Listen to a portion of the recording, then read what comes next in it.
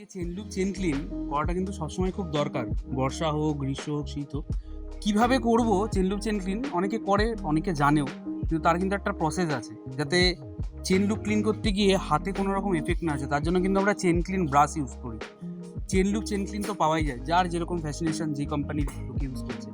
আগে chain clean মেরে নিয়ে পুরো চেনটাকে পরিষ্কার করা, তার সাথে ফ্রন্ট পকেটটা কিন্তু মাঝে মাঝে বার করে ক্লিন করাটা সবসময় দরকার। এরকম না হোক যে প্রত্যেকবারই বার করতে হবে, কিন্তু একটা টাইম ইন্টারভ্যাল 5000 কিলোমিটার পর সামনের পকেটে কিন্তু প্রচণ্ড ময়লা জমে। তো সেইটা যদি থেকে যায় তাহলে কিন্তু চেনে লুপ করেও কিন্তু খুব একটা কাজের কাজ হবে না। এবং তারপরে একটা কাপড় দিয়ে একটু ঘষে নিয়ে পরিষ্কার ড্রাই করে তারপরে চেন লুপ দিয়ে বেশ কিছুক্ষণ গাড়িটাকে কিন্তু রেখে দিতে হয়। এরকমই না চেন লুপ দিয়ে আমি সাথে সাথে চালিয়ে চলে গেল।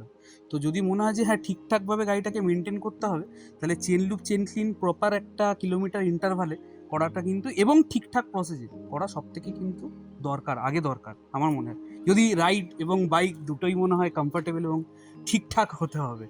আরও যদি মনে হয় যে কখনো কিছু জানার দরকার আছে, আমাদেরকে একবার কল করো, ফেসবুক ইনস্টাগ্রামে যে নাম্বার আছে, বা একবার চলে এসো। আমাদের এখানে সার্ভিস থেকে শুরু করে সব কিছুই হয়, সব কিছুর কেয়ার করা হয়।